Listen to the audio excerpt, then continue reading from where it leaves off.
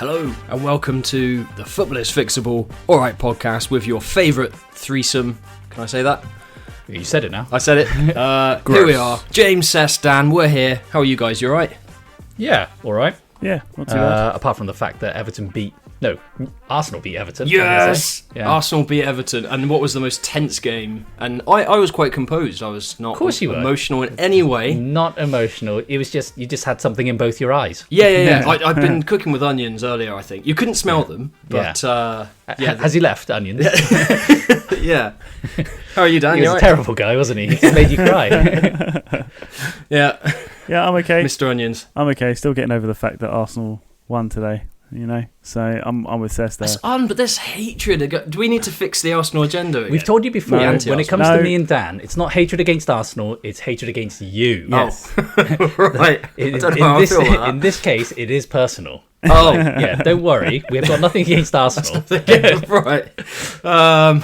Okay. And you know what as well? Not only did Arsenal win against Everton, Max Dowman scored, the young boy wonder, 16 years old. Yeah, he's like Tom Daly, isn't he? He's the new up and coming diver. No. He's like that was like it's funny he says that he's like because he's got his own train now, hasn't he? We need to fix that one next, don't we? Yeah, don't you the dare. Dowman train.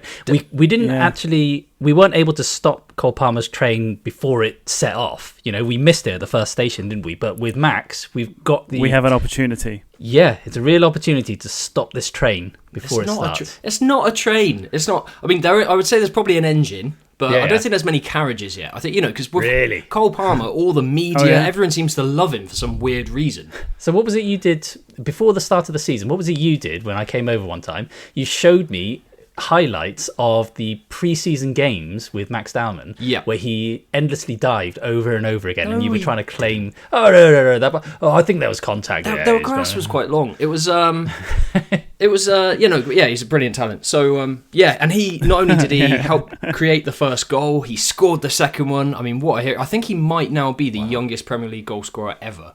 I don't know if that's just for Arsenal. I think that's... Ever. Like, even in the future. Like, no one's allowed to be younger than him. Of all time. Wow. Yeah. That's exactly. crazy. Can I just say, you did say an Arsenal quote there, like one of the Arsenal fans. You remember when he said, we didn't do well because I think they put the grass up. Put the grass up. Yeah. You can trip on long grass. I'm just saying. You can. Yeah, you got that grass up button, don't you? Yeah, you just lift the grass up a little bit. Yeah. No, it's funny when... they just use that against Arsenal fans. We have a couple of very famous, silly Arsenal fans, and it gives us all a bad name. Who was the guy who said it was raining and that was an excuse? Oh, yeah. And now that's used against all of us. He says that one thing, and all of us are just tarred with the same brush. There was also the one reason why we didn't win the league. Was first and foremost because the Queen died. I mean, but that would put you off, wouldn't it? That's the emotional weight of that. Yeah, it'll put Arsenal players off, but no one else. Yeah. Well, London, all that. I don't know. Bloody tribalism. Can I bring in an off the post? No. Actually, James, you can't. What? Not this week. Sorry to interject. This week, we're going to do it a little bit differently. We're going to go into my corner. We're going to start with a player or nayer. Sess, hit that music.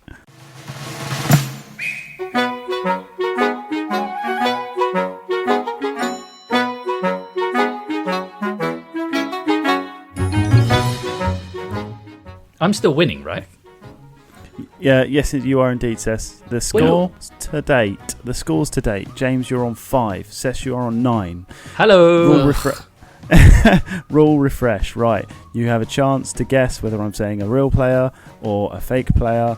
You say player or nayer, and then you have a chance to win a bonus point if it is a player and you get the sport right. I'm rubbish. Well, if you got the questions right... You're still in this.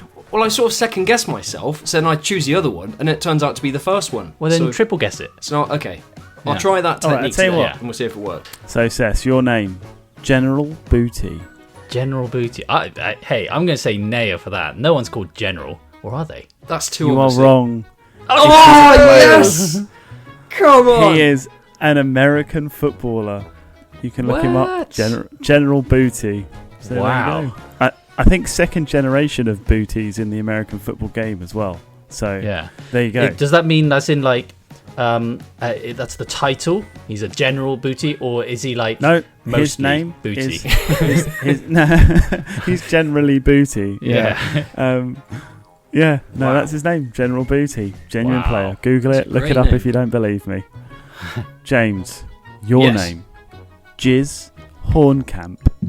I'm trying to think. I need to triple guess. guess myself. Yes. Triple whatever the thing is. So what would I have initially said? So if I'd have said no, that's not true. So if I double guess myself, Then you'd say yes. So I'm going to say no.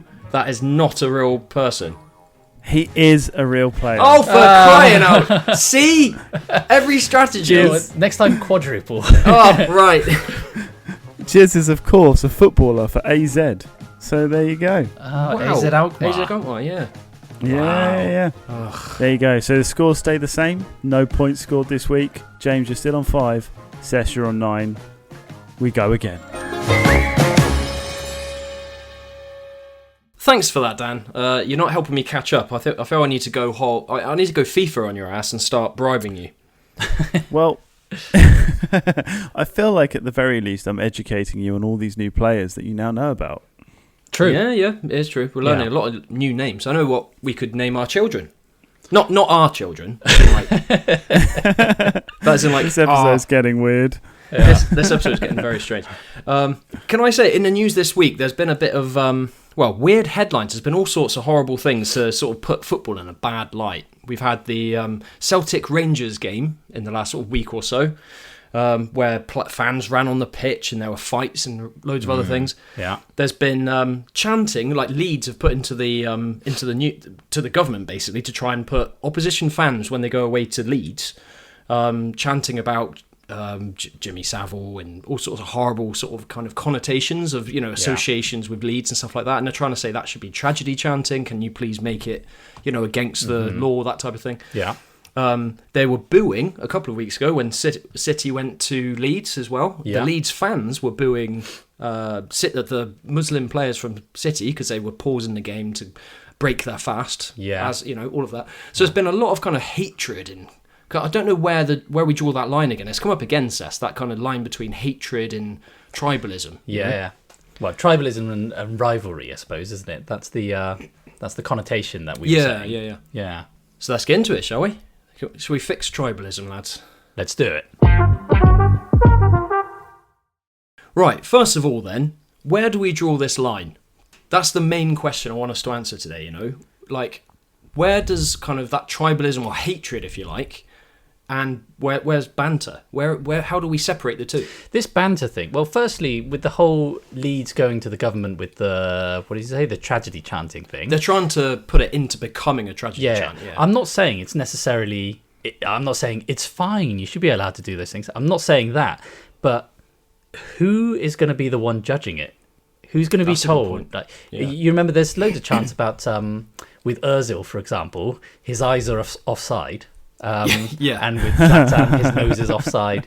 Like, will those ones not be allowed? Zlatan said he found it hilarious. Yeah, is it as simple as saying if it's offensive, then it's not banter? Because I'm not sure that's always. Yeah, but then who is it offensive to? Because Zlatan said he didn't find it offensive, and it was about him. So if other people are offended on his behalf, would it be classed as offensive? But somebody's offended on somebody else's behalf for everything. There's always something. Yeah, that's the thing. And Ricky Gervais once said, we should all stop saying, I was offended. You can only say, I found it offensive, because things tend not to be said to be offensive in that way. Yeah. He doesn't, like Ricky Gervais was saying, he doesn't go out of his way to try and actually offend a certain person. You can choose to take it as offensive, or you can choose to take it as funny. Yeah. So I think that's going to be quite a difficult thing to draw a line there. But we've kind of talked about some of our favourite chants, how I think football fans are the best when it comes to fan chants, and we've talked about this, but like some of the, how rubbish must you be? Yeah. We lose every week. All that type of thing, We've got the ball, we've lost the ball. We lost the ball, we lost the ball, we got the ball. It's my favourite one this season, one of the best ones. He's limp gonna limp in a minute. Limp in a minute. For Saka, he has a limp. Okay, he doesn't have a limp. He has the gangster lean, but he does a terrible limp, which it because you've seen it, and he's dragging his leg along like he's like Igor from Frankenstein. Then all of a sudden he gets the ball and he's running down the pitch. No, well, look, sometimes, you know, when adrenaline hits and you've played football, when you're really hurt, adrenaline, you just run through. That's true. And he heals magically from this limp that he had. He's hiding the pain. Yeah, of course. That's the thing. Is that considered offensive? Would that be taken away? I would hate for that to be taken away. You know what? I do find that funny. As an Arsenal fan, and I love Saka, and I'll protect him, and you know that. And I've got that kind of tribalistic kind of defence of it. But at the same time, I find that funny. Like last season, whole it could be the ball thing or whatever it was. It must be the ball. Must be the ball. When Arteta was blaming because of the new ball and the wind and all this type of thing. I've got to say, I know that you're a Saka fan and you will protect Saka because I was telling you how silly it was that there were certain Arsenal fans out there. You'll love this, Dan. A load of Arsenal fans were saying that they would pick Saka over prime 2012 Messi. And I brought this forward to James to say, look how stupid these Arsenal fans are. And James went, No, James, no. God. Yeah, and he was started talking about, but you got to think about the tactics and he's not going to be able to defend, so we'll have to change. And I was just trying to tell him, it doesn't matter about tactics. You start with 2012 Messi and then you can put everyone else in the team alongside him. At the start of a season, maybe, but when you're at this point in the season, what I was trying to say was you can't just. It's not fantasy football, and this is where some people don't understand the game. And I'm sorry to say, if you're in that, I took you for someone that understood football. See what I mean? He's trying to defend. No, because you're not picking an 11. You're just being asked who's the better player. And Messi in which case I'd say 2012 Messi. But you were saying the best player of all time. No, but Sess was asking me, would I put Prime Messi into this Arsenal team? And, oh my God, this is going to go viral. It is going to go viral. You're one of those Arsenal fans that go viral for saying silly things. I genuinely believe if you take Saka out, Messi won't do the tracking back, it will make gaps, and suddenly our team would be less effective. It's a system. Come on. Messi is a better player, but he wouldn't work in our system. 2012 Messi, who scored 91 goals. Arguably the best player there's ever been, but you can't just put him in any team. Yes, you can. We can, but that's not how football works. The team is built on chemistry, on a system. So are you saying, judging by that, are you saying that you would rather keep Gyökeres over prime R9? It's just ridiculous. There are some Victor Gyökeres. I mean, he's probably... I didn't say yes to this, just before this goes viral. No either. I can't say no, but I'm not saying yes either. My God, man. But there's a lot of tribalism on this podcast. You two gang up against the superior club. We're winning. We're looking brilliant. Gang up against the guy who says he'd prefer Victor Gyökeres over prime R9. I didn't say that. But yeah, where do you draw the line? Where it's funny when you have these chants and sometimes you're being, is this a library? Is it, and it's that's banter, it's funny. It's not offensive. It's just funny. I think, like one thing I would say with all the ones that you guys were mentioning about the ones you find the funniest, they all have one thing in common. They're all solely about the game, like football. There's no good point. Yeah. There's no true. It's about like you say, Jimmy Savile or this event or that event or this thing or that or anything personal about any specific person or people. It's literally about the game. Yeah. Well, Leeds are trying to get the whole Jimmy Savile thing as a tragedy chant. Because, they're trying to put that, and a tragedy chant is associated with things like the Hillsborough disaster, which is absolutely a horrible tragedy. Yeah. As with the Munich air disaster for United and stuff like that. So fans, when opposition fans go to Liverpool, Man United, respectively, for those two tragedies, they're quite often singing those things, some of those fans. Even Liverpool fans are singing about the Munich thing, and United fans are singing about the Hillsborough thing. Yeah, those are terrible. And the people that they start booing during a minute's silence. And I don't get that either. Oh, it's terrible. What is that? The lack of respect is ridiculous. And it makes all of football look bad to the wider kind of population and things, to wider society. It makes us all get judged in the same way. Like you judge Arsenal fans against Ty from AFTV. We're not all like that. No, I've shown you many, many others. In fact, you are one of them now. Ugh. Victor Gyökeres over R9. I didn't say that. So, yeah, where do we draw this? Where do we draw this line? Yeah, that's another thing. Not the Victor Gyökeres thing. That's just ridiculous. But in terms of the tribalism, there's always this talk about how football is a working class sport. It started in the industrial cities. People say it was that all the working time, class don't they? people. Yeah, and it originated in roots of like it was quite a violent sport. It went from village to village, and there was violence. There were people sometimes would be killed, and all these things, as though it's a logical explanation as to why we've got hooliganism and violence now. Yeah. No, I've told you guys this before. Cricket is the second most watched sport in the world. It has more working class people watching the game than in football, because you've got places like India, Pakistan, Bangladesh. They've got working class people. The numbers are in the billions that watch it, and you don't have these billions, but you don't have this kind of tribalism, the violence that is associated with football. So I don't agree at all with this whole, it's a working class thing. Also, even if it is, why does that justify it?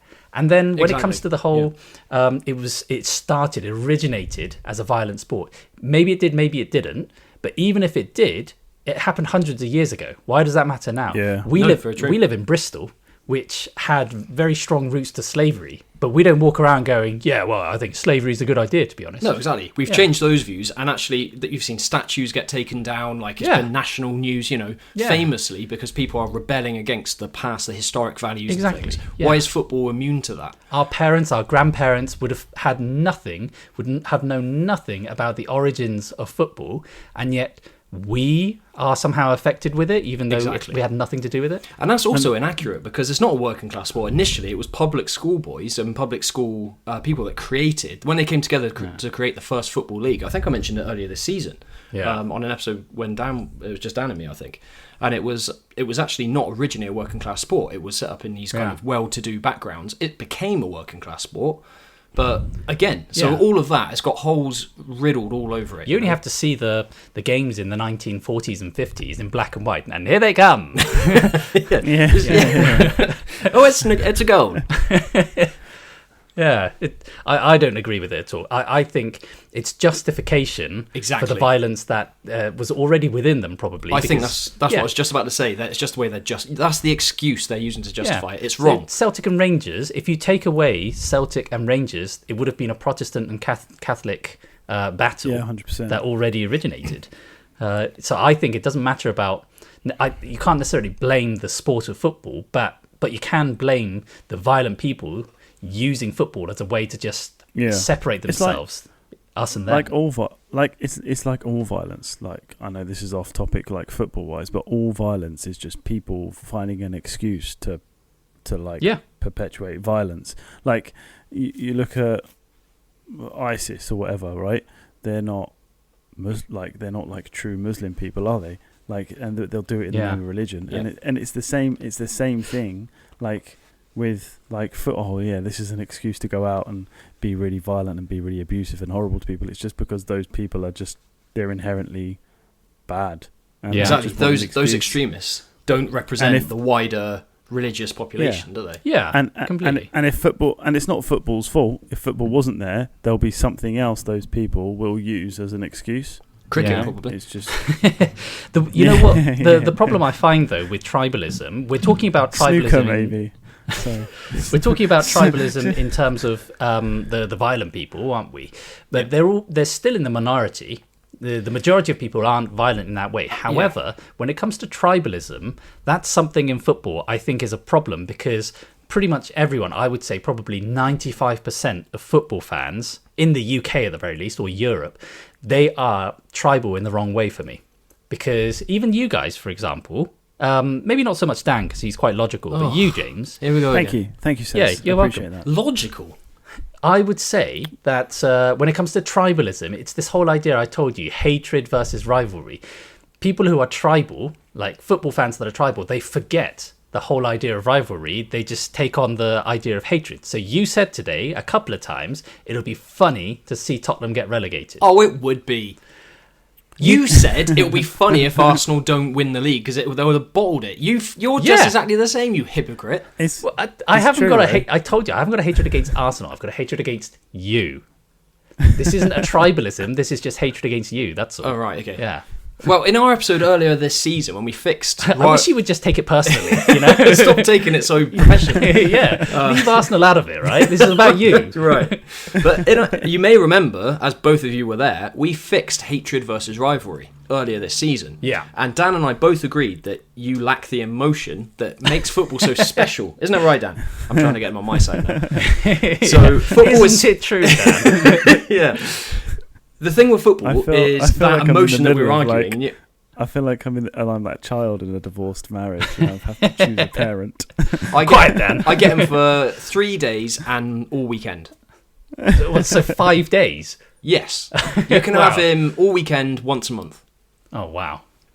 Okay. Well, you'll have fun with me, Dan. Don't worry. I was going to say, I'm really looking forward to my weekends once a month. This has been a weird episode so far. It has, hasn't it?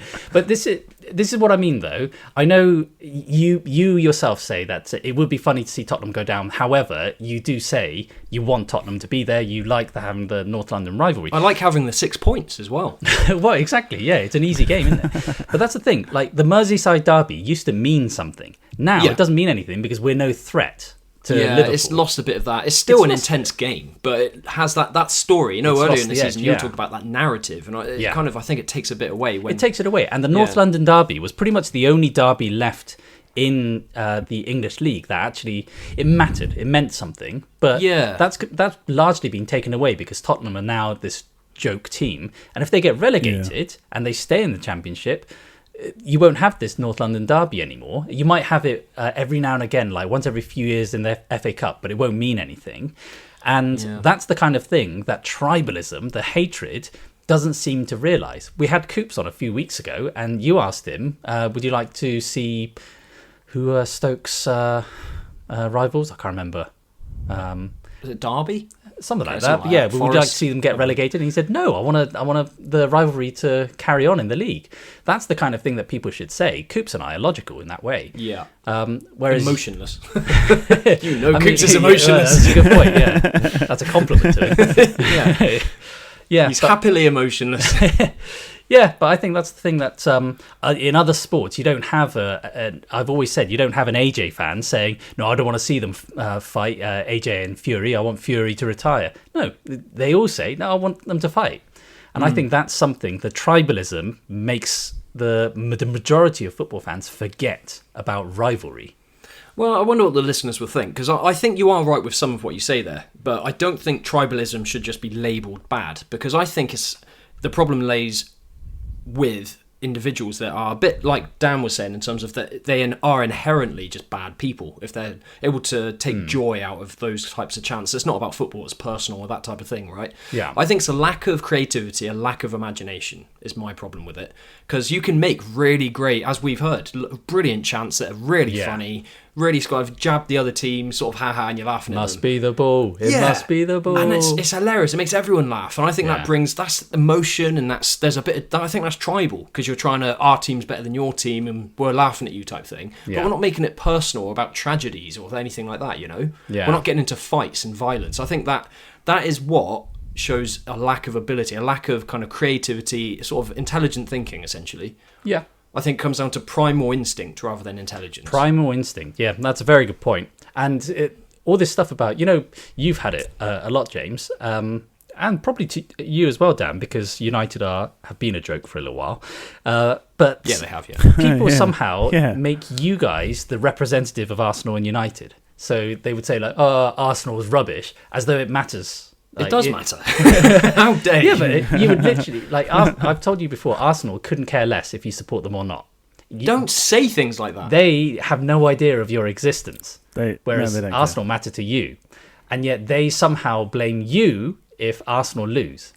Whenever someone says to me, oh, you support Everton, that's rubbish, I go, okay. But I think that's where these are emotional entities, these organisations, right? They're clubs. They're not just like a bricks and mortar thing. It's not like Sainsbury's or Tesco. You speak to a Tesco worker, going, your shop's rubbish. Yeah, but no one supports. I don't go around going, yeah, I support Sainsbury's, I do. Yeah. No, but I support Everton. And yet if someone says Everton are rubbish, I go, yeah, tell me about it. Yeah, they are, aren't they? Hang on, hang on. Sorry. Dan, help me. Come on. Now I know you're truly unbiased. You don't support a supermarket. Come on now.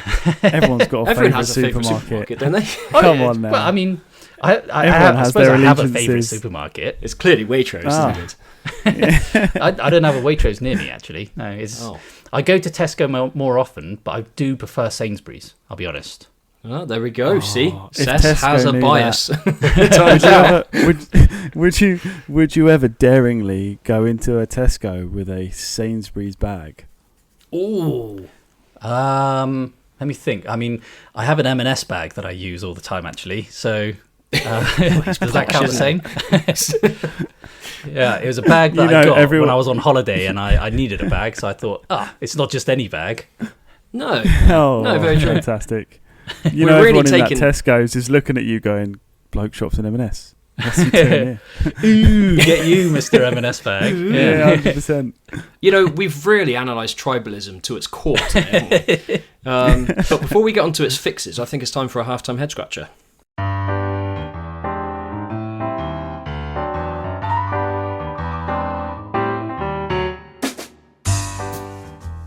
Aspiring to win a trophy can be a heavy burden for players, managers and fans alike. Which major football trophy, though, is the heaviest by weight? Answers coming up.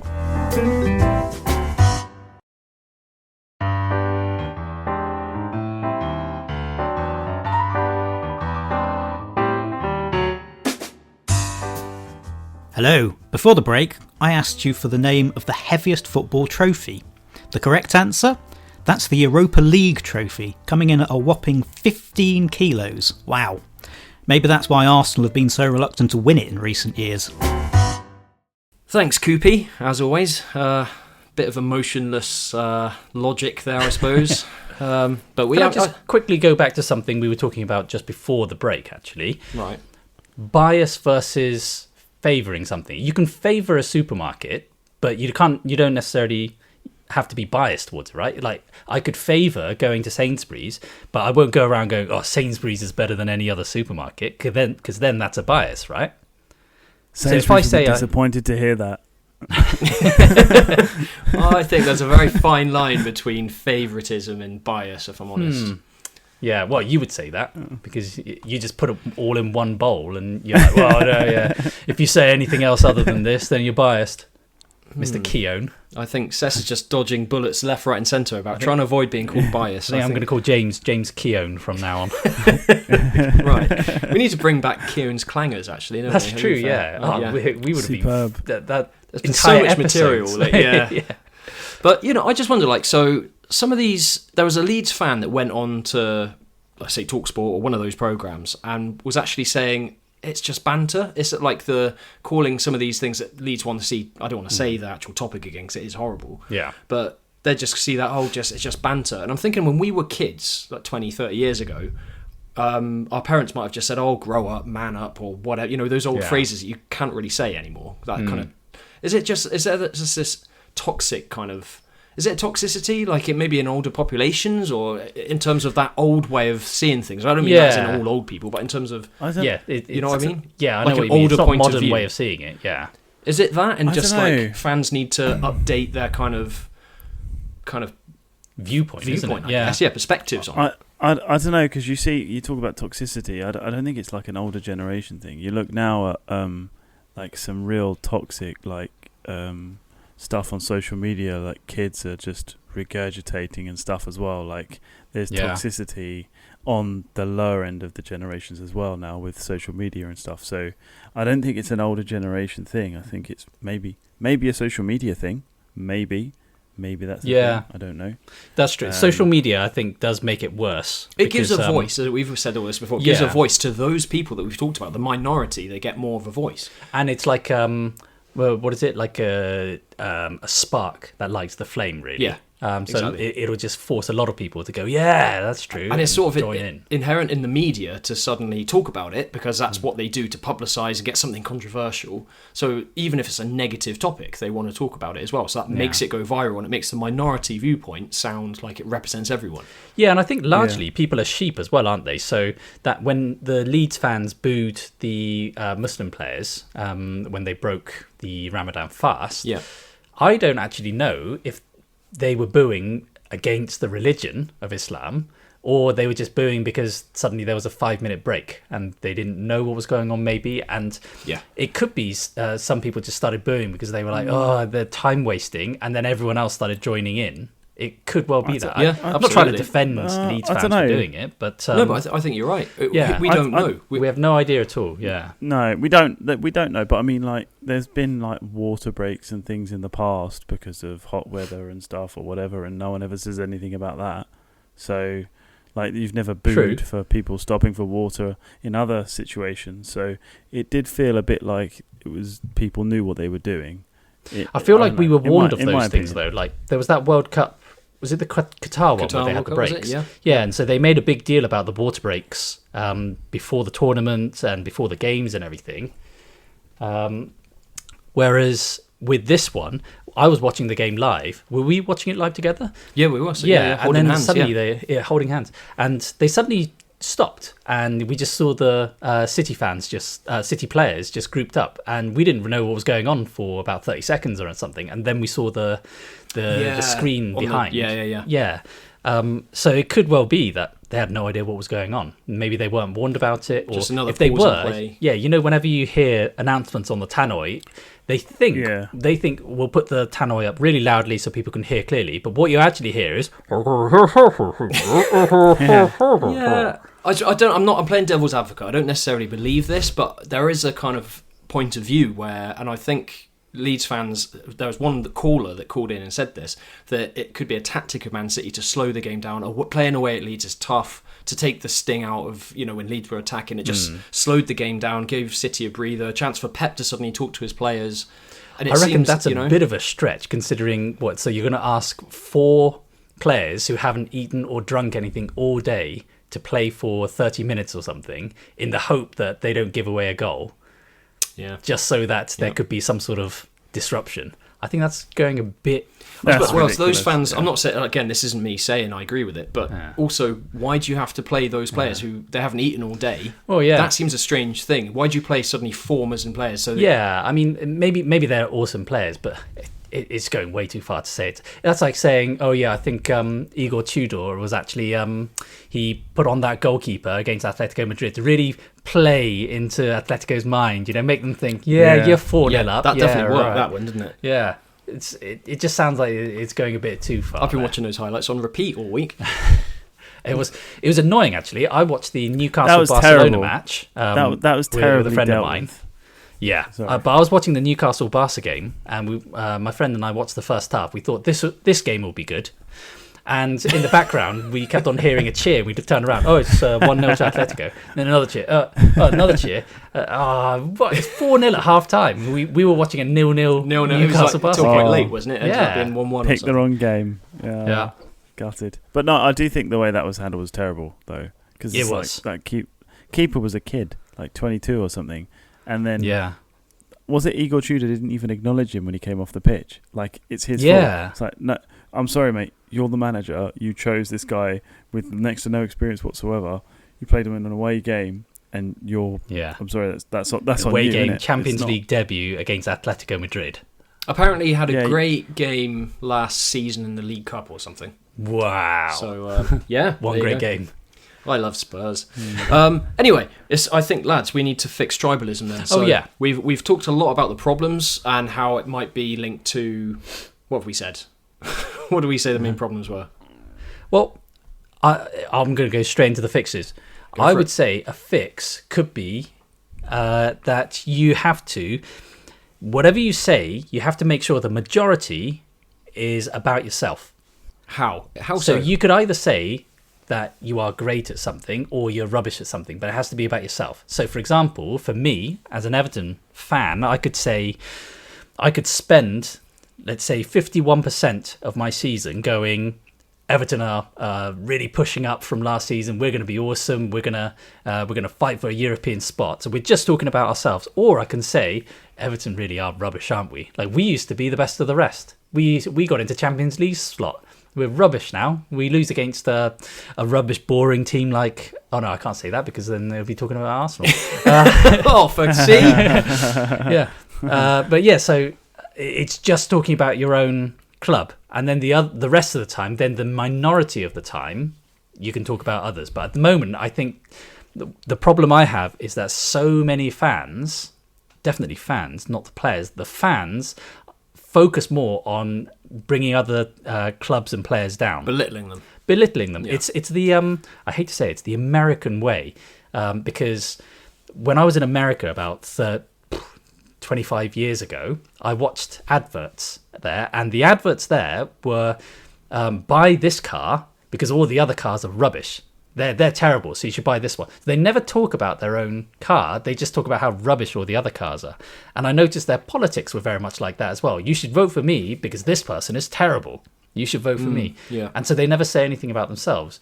And I noticed a big difference between the UK adverts where they say, buy this. This has this, and this, and so forth. They never say anything about any. Well, there's other a reason cars. why, and actually, this could link to our fixes. The UK, like when you're marketing and stuff, is highly it's like regulated. Yeah. You have the ASA. If it's not legal, decent, honest, and truthful, for example, it's not allowed to be said. It can be taken down. Yeah. And I think that's what fans need to have as well. They need we need fan regulation. Yeah. Instead of the Advertising Standards Authority, we could have the Fan Standards Authority, the FSA.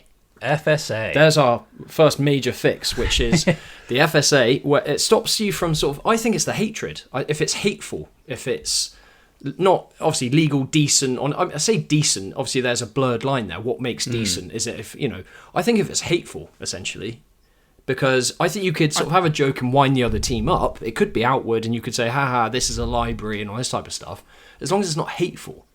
Yeah, I think what Dan said, I think that's a good idea. You mentioned, didn't you, like if it's about football, it's all right. Yeah, if it's outside football, that was going to be I so thanks for I'll edit it. Taking my line. Yeah. I'll just edit this bit. That's a good idea. I think so. Yeah, I was going to say like being offended is very subjective, isn't it? Like something that could be really offensive to some person, someone else might not be offended by it at all.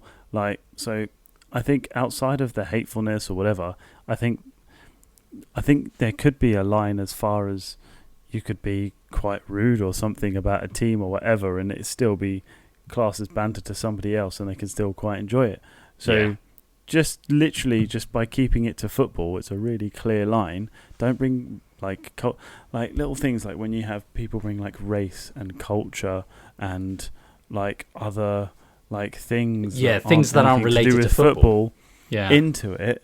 It's like that's when it becomes personal. That's when it becomes like this isn't about football anymore. It's about something else. Let's not make it about something else. Let's that's not banter. Make it about football. So like no matter how you could dig at someone for being a really bad diver, or you can be upset with how they're performing or whatever. You could do whatever, but just make it about football. You know, you can be as frustrated or as angry as you like about football, but keep it about football. And that's the line for me. Yeah, I also think that there needs to be more people like me. I call out fans that are stupid when it comes to hating their rivalries, don't they? So you do, actually. Yeah, so, and it is a stupid thing, James wouldn't want Tottenham to go down, even though he did say he wants Tottenham to go down. It would be funny, though, wouldn't it? Dan wouldn't want Liverpool to go down, although you probably would. Yeah, you would. See? And then if you ask him. Ask him now. No, you would want Liverpool to go down. But the thing is, now that you think about the fact... Yeah, but now that you think of the fact, if they do go down, you won't have that rivalry anymore. It makes you think, well, yeah, it probably would be better. And the Premier League would be worse off without it, wouldn't it? Exactly. Logically. And I think these kind of fans need to be called out. Mostly, I think we need to start off with AFTV, and we'll probably sort out like 50% of the problems out there, because AFTV is one of the worst, isn't it? They've got some of the worst fans. They are horrendous. They're the ones that would say they should put up the grass. It's like listening to a whole team of just James's opinions about like Messi being like not as good as Saka and R9 not being able to Victor Gyökeres over R9. This is what was that? You said like R9 couldn't like clean the boots of Victor Gyökeres or something like that. Crazy. R9 is overrated. Yeah, Victor Gyökeres has scored so many more Premier League goals than R9 has. He has. You can't lie. You can't sort of. That's true.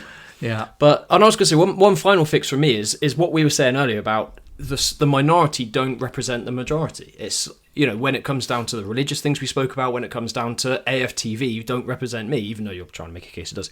Yeah. It doesn't represent. So I think there's just something which, and I think it's one of the kind of regulation, the kind of rules that my FSA will implement is that people need to not think the minority represent the majority. Not generalise. It's in the same way that I would say I can see some grey hairs on your head right now, James. No, you can't. But you don't have a head of grey hair. We can't generalise all of your hair just based on the 7 or 8 strands that I can see that are grey right now. Yeah, that's true. It's a good point. And that's only 7 or 8 on the left-hand side. I'm not looking at anywhere else. There could be a lot more. I dyed those. However, those grey hairs will infiltrate the rest of the hairs, and then eventually they will all become grey. Yes, yeah. And he'll look like Martin Keown, basically. Yeah. Yeah. Oh, man, imagine if I'm turning into Martin Keown. As we're going into the business end of the season, our league is really heating up. I know I say that every week, but it really is. John currently sits top of our league still. He's going to keep his job. Congratulations, John. Might, Well done. Talk about job security. I mean, if he wants to keep it. Cess, you are 2 places above me, so it's close between us. Although we are kind of in mid. It's kind of like Everton syndrome. You're 25th and I'm 27th. You're welcome. League of 50 something. No harm to anyone. Yeah. Yeah. But is Dan near relegation? Keep scrolling. Where is he? He's there he is. He's 34th. Well done, Dan. Wow. Oh yeah. Moving up in the world there. Brilliant. But no, it is getting close to the top. So although John is top with his Jonaldinho team, 1,768 points currently, Stay Humble FC with Tom Lakeman and Highbridge United are still pushing closely. They've interchanged with the top as well, so it's very close between those. We've got a 3-way title race there. Yeah. And if you want to join our league, it's not too late. You could pit them at the top. You never know. Your points will be transferred across. Show your true ball knowledge. You can join with the entry code SD4GZV and see if you have what it takes. Well, there we are then, lads. We've actually fixed tribalism, and do you know what? Again. Exactly. But I think we've taken it one step further. I've created a regulatory body, which I'm really happy with. Which is the idea that I had, and you just put the word regulatory body on it. The Fans Standards Authority. You gave me the idea accidentally. Did I? Because you talked about how the American adverts compared to British adverts, right? And then I said why that is. So you gave me the fuel to get there. I see. I mean, I did already say that they need to be regulated in some way for the majority of their things. Did you? To be positive. I don't remember that. But anyway. and then I took Dan's idea. Oh, yeah, that's true. Well. Yeah. So, Dan, whose idea are you taking? Yeah, you didn't come up with anything, Dan. No. Why is he even on this podcast? I did learn that Cess is incredibly biased towards Sainsbury's. That's true. We've been trying to find his biases all season, haven't we, Dan? I still say favouring one doesn't mean being biased towards one. If I start saying, well, Sainsbury's products are way better than the others when they're not, then I would say that's biased. I think you doth protest too much. I think we've... I don't think I do. There we are. We'll let the listeners decide if that is truly bias or not, or just favouring. Isn't that the question? It's been an enjoyable episode, lads. Thanks for that. And it's a goodbye from me. It's a goodbye from me. And it's goodbye from me.